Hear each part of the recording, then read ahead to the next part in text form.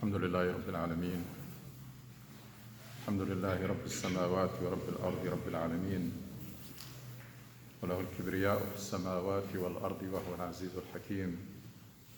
الحمد لله الذي بنعمته تتم الصالحات. ربنا لك الحمد حتى ترضى، ولك الحمد إذا رضيت، ولك الحمد بعد الرضا. صل اللهم وسلم وبارك على سيد الأولين والآخرين محمد وعلى آله وصحبه أجمعين ومن تبعهم بإحسان إلى يوم الدين. أشهد أن لا إله إلا الله وحده لا شريك له الملك الحق المبين، وأشهد أن محمدا عبده ورسوله وصفيه من خلقه وخليله أمين على وحيه. يا أيها الذين آمنوا اتقوا الله حق تقاته ولا تموتن إلا وأنتم مسلمون. يا أيها الذين آمنوا اتقوا الله ولتنظر نفس ما قدمت لغد واتقوا الله إن الله خبير بما تعملون. My dear respected brothers and sisters in Islam, all praise and glory and thanks are due to Allah subhanahu wa ta'ala. We owe Allah subhanahu wa ta'ala everything we have, and we are dependent on Allah subhanahu wa ta'ala for all our needs. وَمَا بِكُم مِّن نِعْمَةٍ فَمِنَ اللَّهِ ما أصابك من حسنة فمن الله. يا أيها الناس أنتم الفقراء إلى الله والله هو الغني الحميد. There is nothing we can do to thank Allah subhanahu wa ta'ala enough for all that He has given us. وَإِن تَعُدُّوا نِعْمَةَ اللَّهِ لَا تُحْصُوهَا. We just have to do our best to be grateful and thankful. And that's the heart of the Iman. When it says someone is faithful, it means someone is grateful and thankful. And also, all our needs are in the hands of Allah subhanahu wa ta'ala. So we have to do our best to show Allah subhanahu wa ta'ala that we need Him, we need His protection, we need His guidance, we need His forgiveness. And the best way to do that is with dua, frequent and persistent dua, showing Allah subhanahu wa ta'ala your need for Him. My dear respected brothers and sisters in Islam, Allah subhanahu wa ta'ala from His mercy gave us a complete plan for tazkiyah and for development. Every piece of it plays a role to build the individual, the person who is described in the Quran. Because in the Quran there is a profile of the believers with whom Allah subhanahu wa ta'ala is pleased. And there is a profile for the community with whom Allah subhanahu wa ta'ala is pleased. So there are the daily prayers, there is the fasting, there is a hajj, there is zakat, and there is this Jum'ah. All of this meant so that we can maintain our iman, keep it vibrant, keep it fresh, and renew it every now and then, because as the Rasul said, the iman tends to wear out like clothes, so it needs to be renewed all the time. So everything that Allah subhanahu wa ta'ala has prescribed is playing a role in shaping up that individual, that mission-driven Muslim that we have been talking about and the Quran described it. And there is no better, sisters please,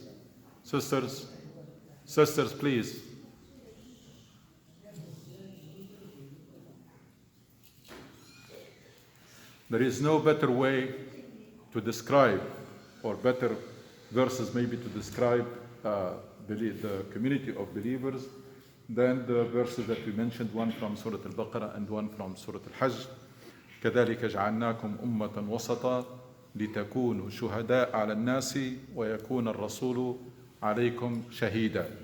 That Allah subhanahu wa ta'ala made you as a community into a model and leading community who plays the role among humanity like the role that the Prophet ﷺ played amongst you. شُهَدَاءَ عَلَى النَّاسِ وَيَكُونَ الرَّسُولُ عَلَيْكُمْ شَهِيدًا. And in Surah Al-Hajj, Allah subhanahu wa ta'ala says, لِيَكُونَ الرَّسُولُ شَهِيدًا عَلَيْكُمْ وَتَكُونُوا شُهَدَاءَ عَلَى النَّاسِ. Again, the role of the Prophet amongst you should be, your role among people should be the same as the role of the Prophet amongst you. And in Surah Al-Hajj, in that verse, Allah subhanahu wa ta'ala says, هُوَ اجْتَبَاكُمْ. He selected you for this. He selected you for this great honor and great responsibility. So the question, are we going to live up to it or not? So that's the community that Allah subhanahu wa ta'ala wants us to be. And all of this starts with you. All of this starts with individuals. Community is made of individuals. And each individual has to play the same role like the Prophet has done. In your circle, each one of us in your circle should fulfill the same role that the Prophet has fulfilled. Which means what? Which means that you will be the emissary of your people, for your people. Rasula qawmah. Just to bring the idea closer, imagine yourself living at the time of Rasul sallallahu alaihi wasallam. You came to Medina from somewhere, you declared your shahada and embraced Islam. What Rasul sallallahu alaihi wasallam is going to do? He's going to send you back to play his role, to be his emissary in among your people. At that time it was the tribe.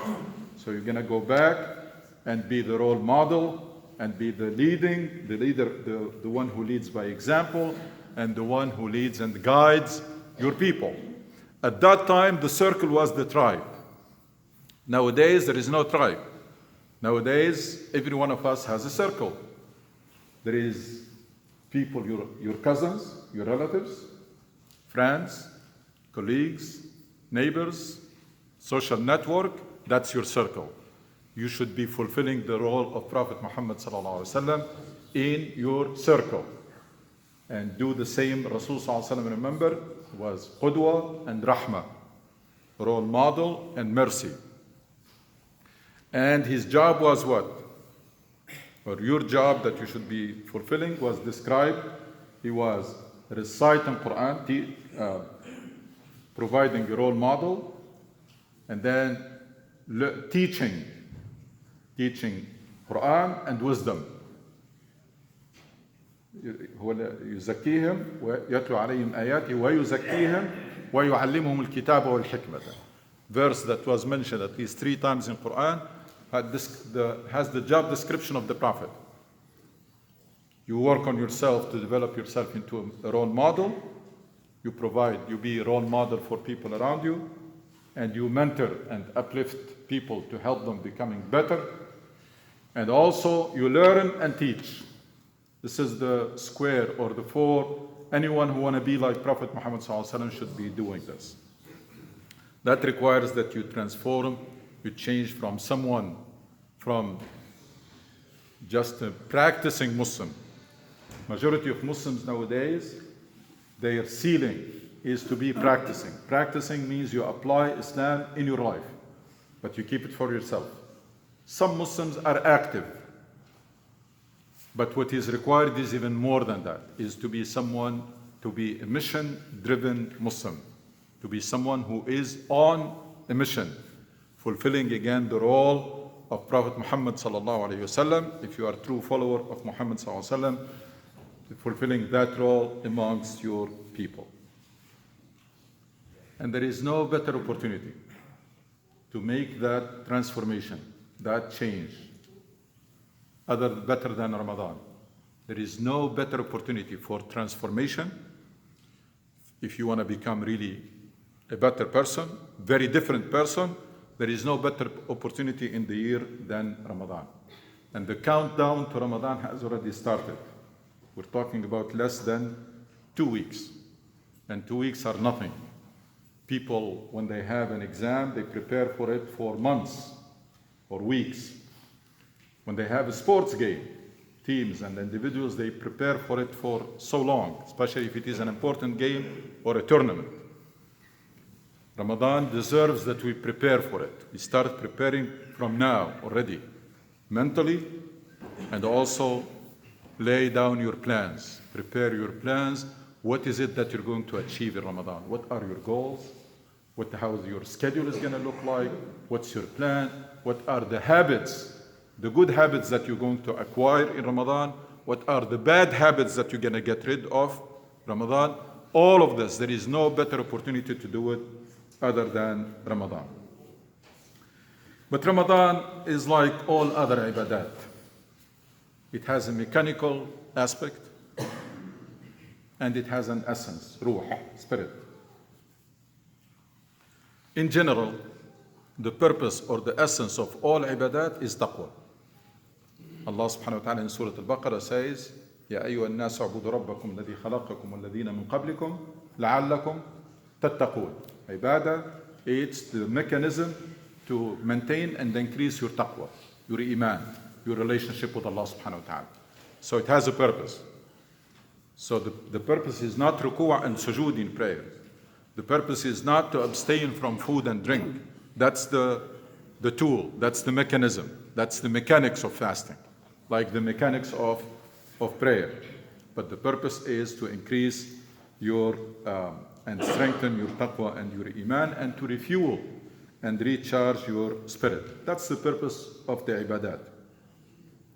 And the ibadat, all the action, all the worship acts are part of the tazkiyah plan, the self-development. They are an essential part of the self-development for whom? For the mission-driven Muslim. For the Muslim who is on a mission, needs those ibadat. Needs them to maintain and strengthen his iman, but also to help him fulfilling that mission. Because mission is very demanding, and usually people are met with a lot of resistance. They need that spiritual energy and spiritual refueling. Ista'inu bis-sabri was-salah, Allah subhanahu wa ta'ala says. Seek help in patience and also in prayers. Ista'inu bis-sabri was-salah. And that's why when Muslims have abandoned their mission, those ibadat, those worship acts became obsolete. Why? Because they were detached from their purpose.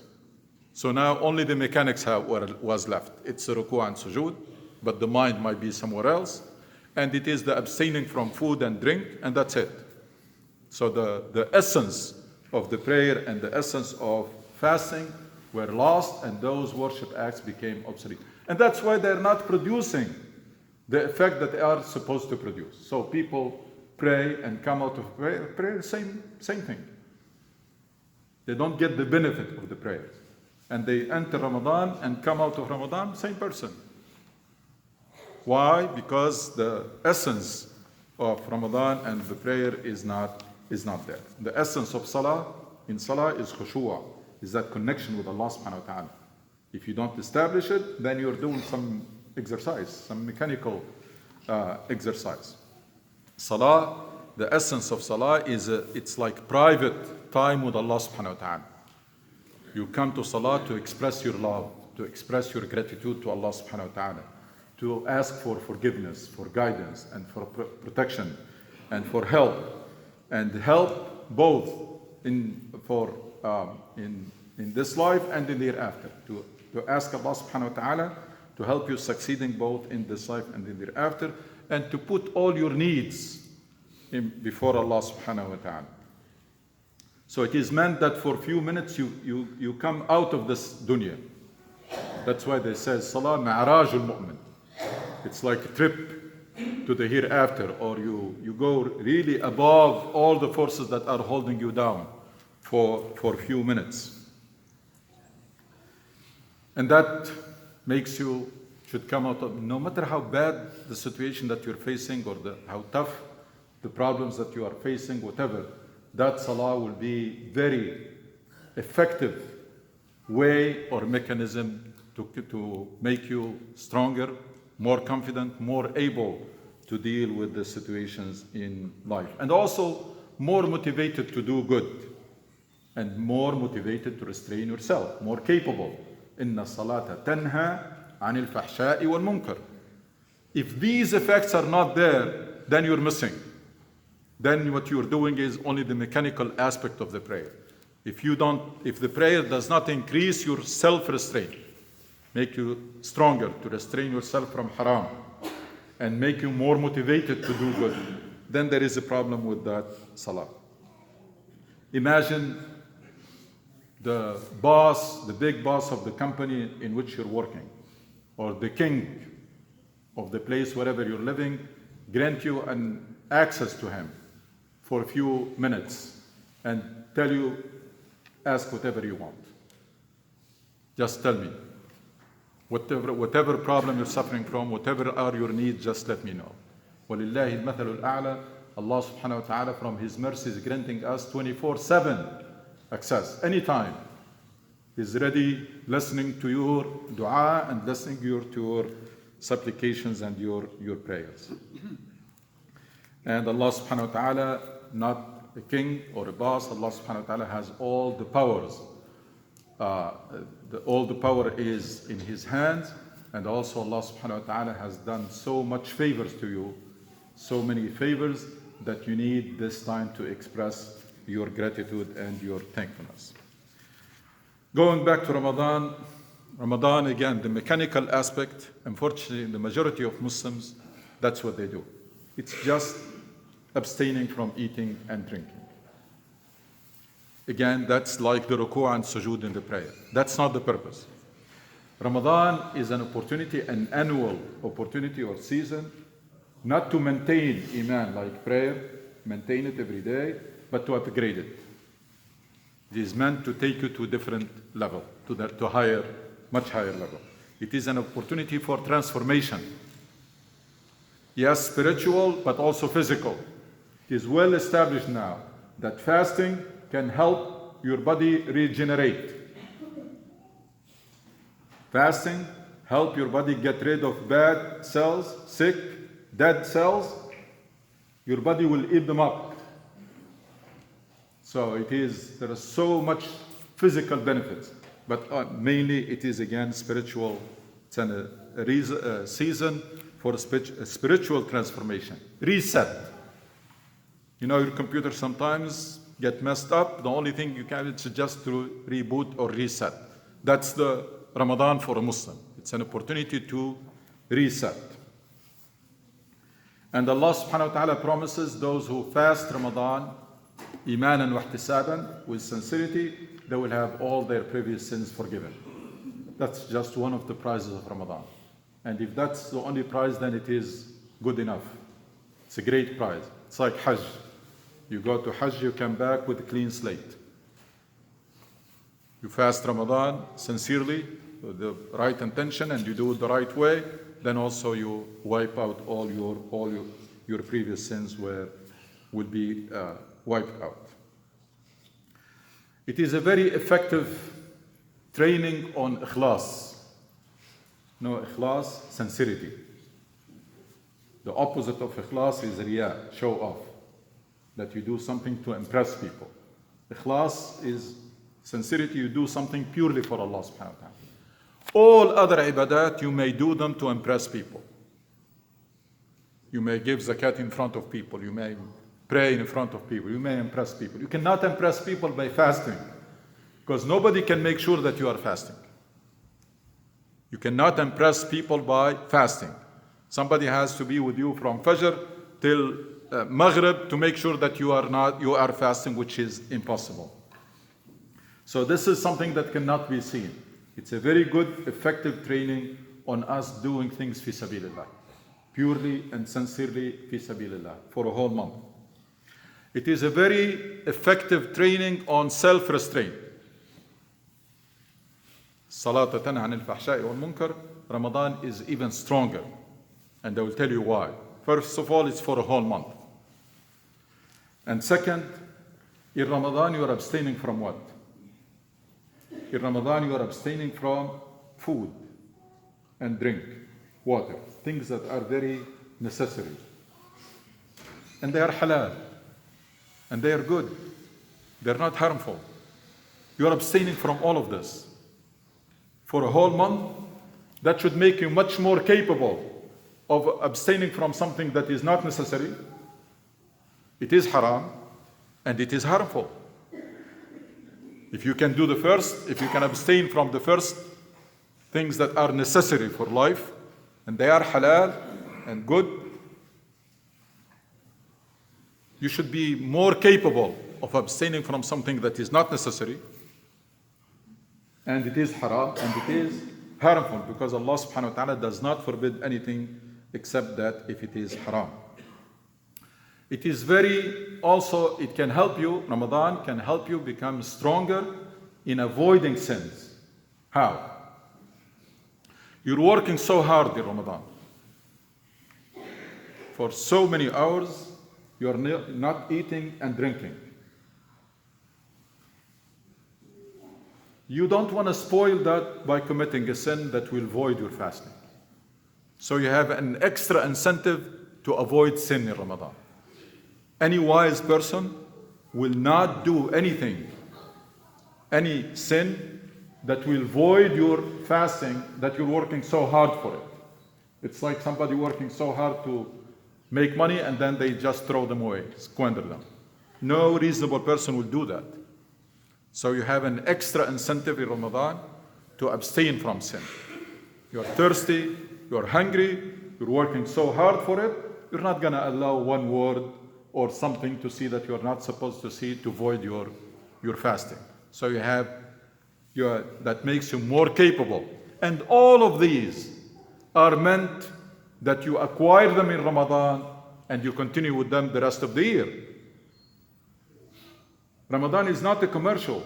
It's not like something that you turn the page and you go back business as usual. It is meant to bring you to a next level, and then so that you try to stay there the rest of the year. Allah subhanahu wa ta'ala creates an environment that is very conducive for you to move to the next level. So many incentives to do good deeds, and so many incentives to abstain from and restrain yourself. And that's all of this is meant to bring you to the next level with the intention, should make the intention from now and from the beginning of Ramadan, that you are trying to move to the next level and stay there the rest of the year. It's not like many people, unfortunately, the night of Eid, they say, okay, this is over, let's go back business as usual. That's a lost opportunity if we do that. Another benefit of Ramadan is very effective training on time management and organization and discipline. There is a time when you're going to take your iftar, and then there is a taraweeh, and then there is suhoor, and then things are very tight. So if you really want to put your life in order, your daily schedule in order, there is no better opportunity than Ramadan. It teaches you practically discipline and time management and organizations. Everything will fall in place because there is a time, there is exact time for iftar, there is an exact time for suhoor. So if your life is in messy or chaotic, that's the opportunity to put things in order. Ramadan also, it's a great opportunity to make us have the sense of urgency.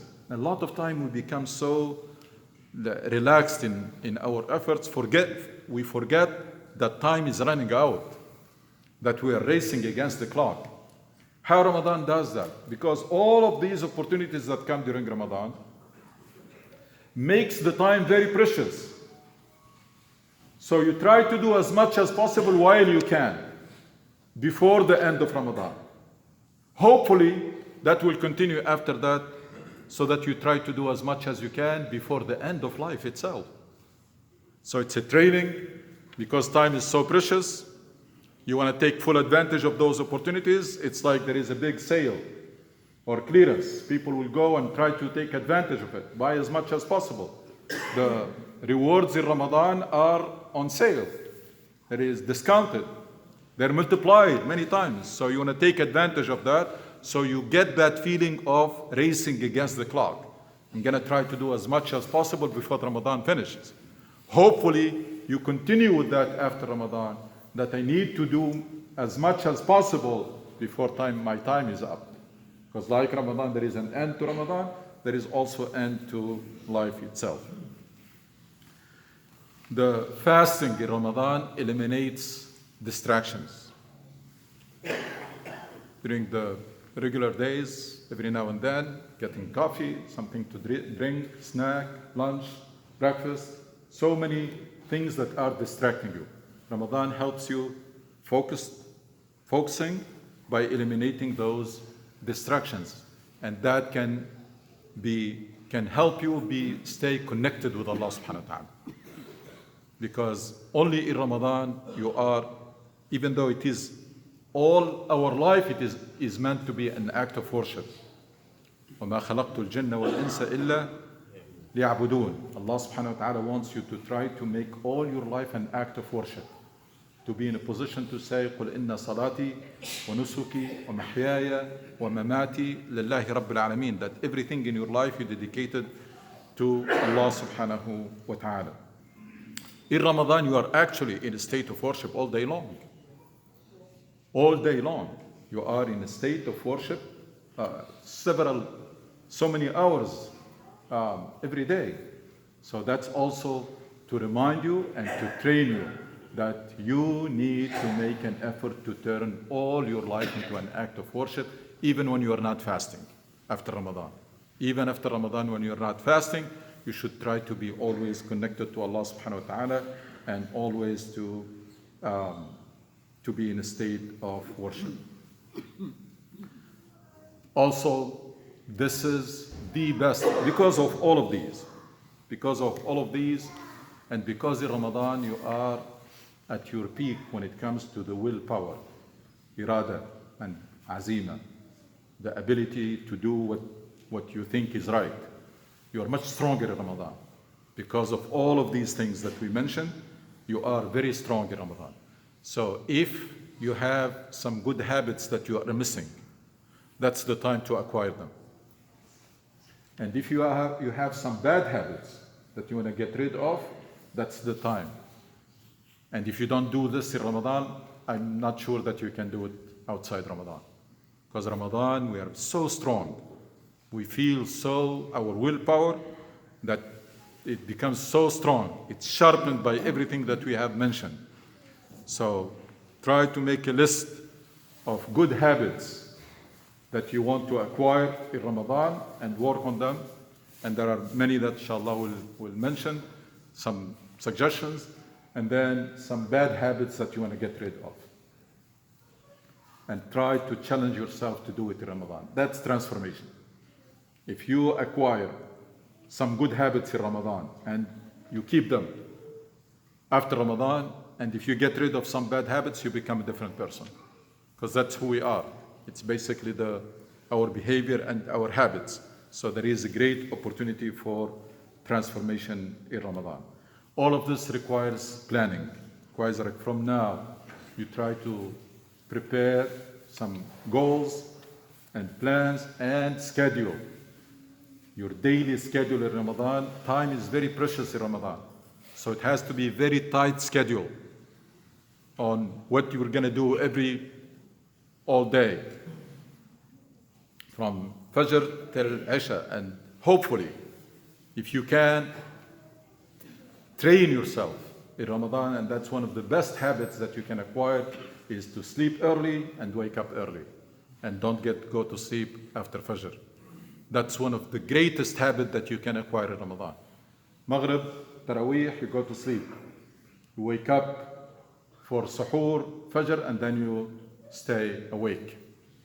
Sleeping early and waking up early is one of the best health habits that many people are applying. And this is an opportunity to acquire. I know that changing habits is not easy, but that's a great opportunity. You are in a very good shape so that you can abandon any habits, any bad habits, and acquire any good habits that you want. وَتُوبِ إِلَى اللَّهِ إِنَّهُ غَفُورٌ رَحِيمٌ.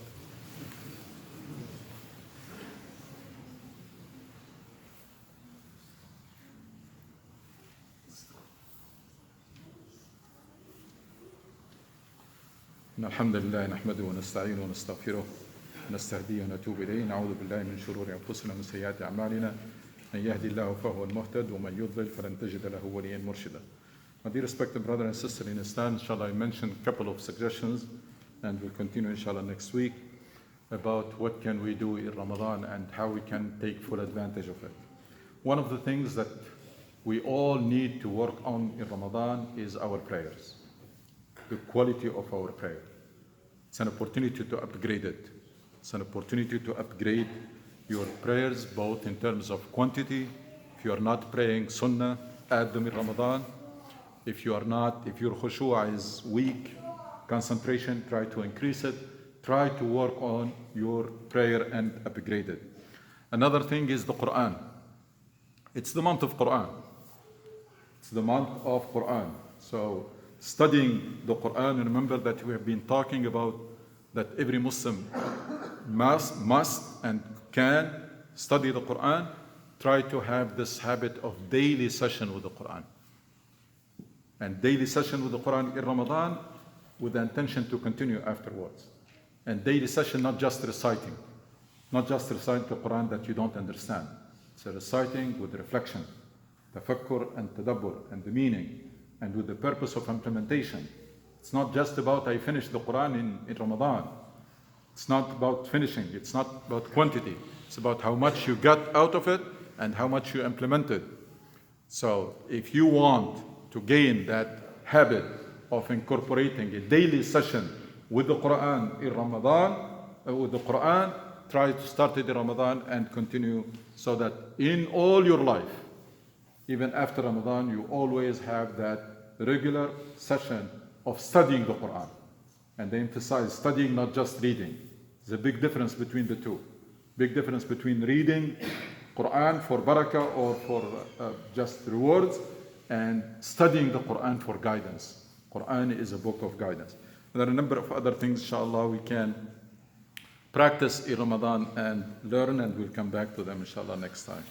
ربنا اتنا في الدنيا حسنة وفي الآخرة حسنة وقنا عذاب النار اللهم اشف مرضانا وارحم موتانا توفنا وانت راض عنا واختم بالصالحات أعمالنا واجعل خير أعمالنا خواتمها وخير أيامنا يوم نلقاك ومتعنا اللهم بالنظر لوجهك الكريم ربنا ارحم والدينا كما ربونا صغارا وارحم موتانا وجميع موتى المسلمين اللهم بلغنا رمضان واجعلنا ممن يصومونه ويقومونه إيمانا واحتسابا اللهم بلغنا رمضان وأعنا على قيامه وصيامه إيمانا واحتسابا اللهم بلغنا رمضان واجعلنا ممن يصومونه ويقومونه إيمانا واحتسابا ربنا ارحم والدينا كما ربونا صغارا وارحم موتانا وجميع موتى المسلمين لا إله إلا أنت سبحانك إنا كنا من الظالمين صلى اللهم على سيدنا محمد وأقم الصلاة